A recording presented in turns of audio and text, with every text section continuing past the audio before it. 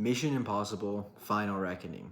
Let me start off by saying I am a huge Mission Impossible franchise fan. I ate those movies up. I can't even tell you how many times I've seen them, especially from Ghost Protocol all the way up to even Dead Reckoning Part 1.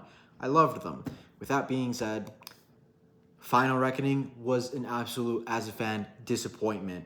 It feels like I feel like a traitor. I feel like I'm committing treason saying this, but it's true. If you really put everything down to brass tacks, the movie wasn't that good. Was I can't even say it was even that entertaining, you know? It was a all right movie, but for a Mission Impossible movie, that should not fly. There were so many things that were just wrong. The exposition, the first 30 minutes of the movie was nothing but exposition. In Dead Reckoning Part 1, we got this cool sequence where Ethan is wearing a mask and he infiltrates the CIA headquarters. Awesome. Nope, none of that. The literal first 30 minutes of the movie were exposition. We're being told what the stakes are when we already know them. This is a part 2, not a part 1. We already know what the stakes of the entity is, yet we're being beat over the face over and over again, being told what. We had that classic Mission Impossible thing where, characters are waiting for each other to finish a sentence in order to speak. And in other movies, I never got annoyed at that. I always thought that it was kind of, charming. But in this one, I actually did get annoyed. The dialogue was not rewarding to listen to or pay attention to. It was bland. It was boring. It felt phoned in. The entire movie felt phoned in. And that's a big problem. I went with my girlfriend who hates to watch movies. She's sweet, so she watches movies with me, but she's not a movie person to watch. And if the movie's good, she'll tell you, hey, the movie was good. It was great, but she was falling asleep, and I don't blame her. The characters she thought were annoying. I agree with her. Not all of the characters, like the legacy characters, Ethan, Benji, and Luther, whatever. I liked them. Maybe she didn't, but overall, they were just kind of phoned in, annoying, not themselves, honestly. And the whole Benji and Luther thing was just a letdown with the characters. You have these legacy characters who, okay, let's go back to the exposition, right? They're expositing over the head about the entity and the AI and the dangers, yet they don't exposit and they don't tell us that Luther is dying, that Luther has a terminally illness and he's literally dying. I didn't know that. I had no idea. It was kind of just one of those things that I was like, oh, okay, I guess that's what's happening. It's kind of ridiculous that they choose to exposit the first hour of the movie. It was just exposition. It was just getting Ethan from point A to point B and then from point B to point C. That was the first hour of the film, and this is an almost 3-hour film. So that's pretty bad, honestly. It's pretty bad. And Benji was a huge disappointment, huge. I always had these moments with Benji thinking every single new movie that was coming out that Benji would be cool, he is cool, but that he'd be a badass, that he'd get this IMF training that Ethan got, so he'd finally be able to put his own in a fight, knock some people out. But no, what happens? He gets knocked out again. Yet this new person, Grace, literally is able to fight special ops Russian soldiers. What? It makes no sense. And the whole love or Ethan falling in love with Grace or whatever is going on was so pointless, and it takes away from Ethan, protecting his ex-wife. It takes away from Ethan's whole thing with Ilsa Faust. It honestly pissed me off because I just realized that it seems as if they killed off Ilsa just to give this new character who sucks more screen time. It was just so bad. And her acting, was terrible. The Grace character's acting was bland. It was annoying. It was just not good. And you did get that vibe from all the other actors, that it was kind of phoned in. Sure, Simon Pegg and Ving Rhames and even Tom Cruise. Yeah, they gave it kind of their A, if not A minus game, but they still tried. And this Grace character, every time she's on screen, I even my girlfriend were like, oh my God, they need to get her off the screen as soon as possible. And it's a shame. I was excited to go watch this movie. Again, I'm a huge Mission Impossible fan. If I told you guys how many times I've seen Fallout, you guys would think I have a problem.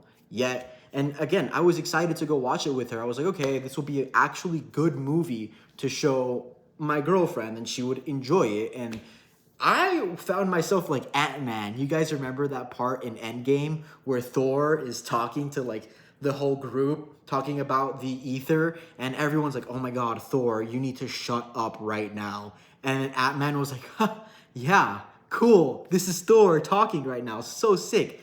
I was Ant-Man, during that brief, and my girlfriend was everybody else in the room, just this needs to end right now. And I don't blame her. Throughout the entire 3 hours of the movie, there were like what?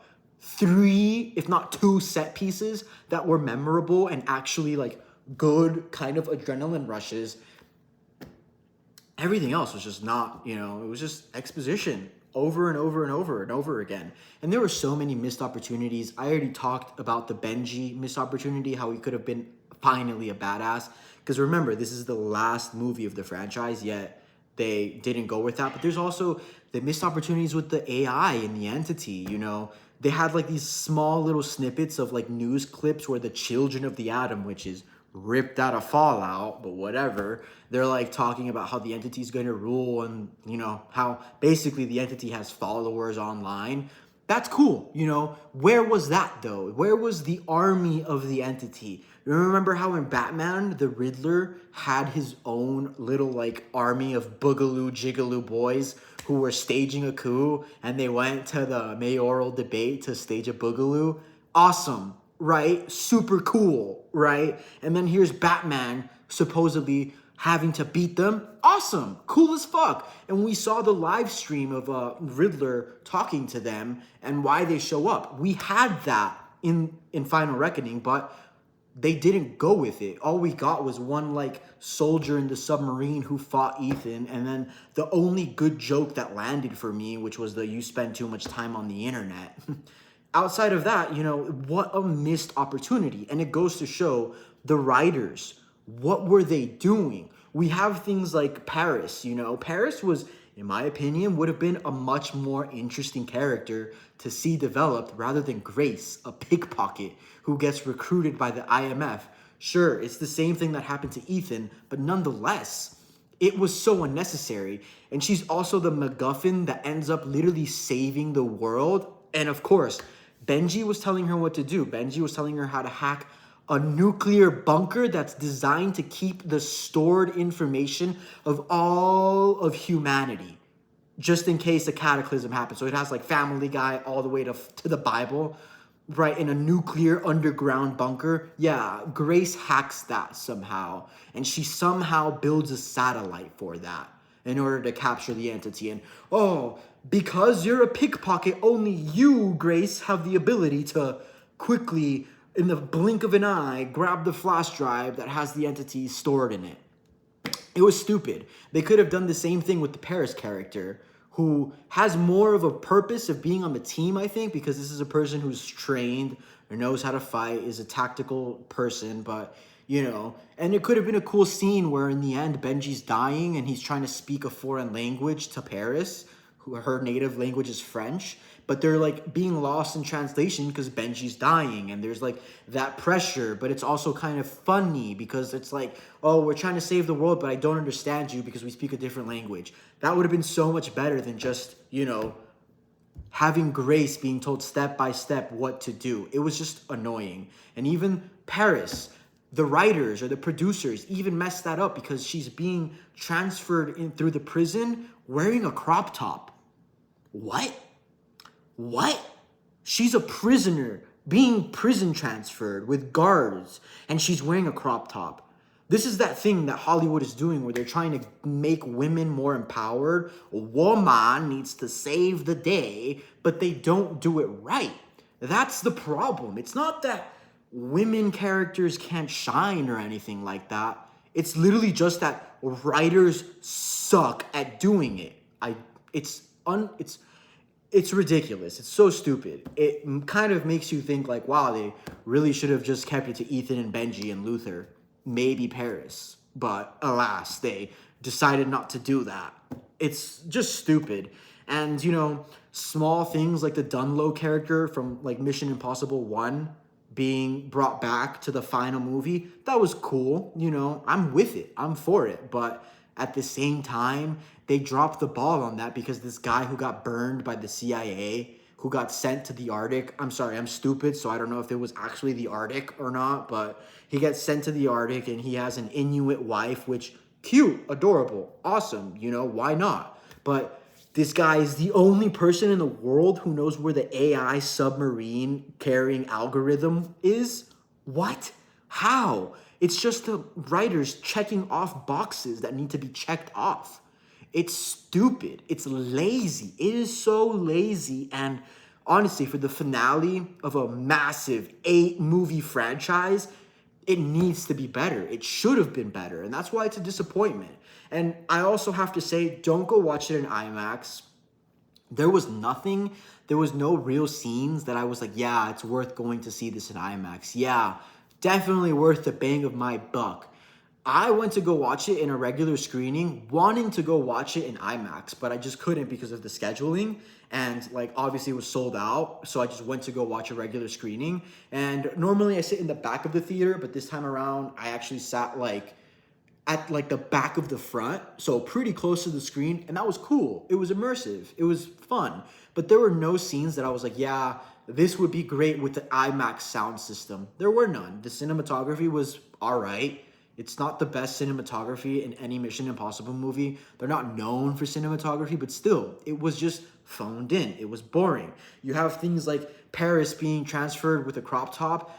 It just goes to show that like Christopher McQuarrie, the production team, their head was just somewhere else. It was not where it needs to be. It wasn't there for the story. They weren't there for the story. You just got that entire vibe throughout the entire movie. It was a disappointment. It really, really was. And I don't know.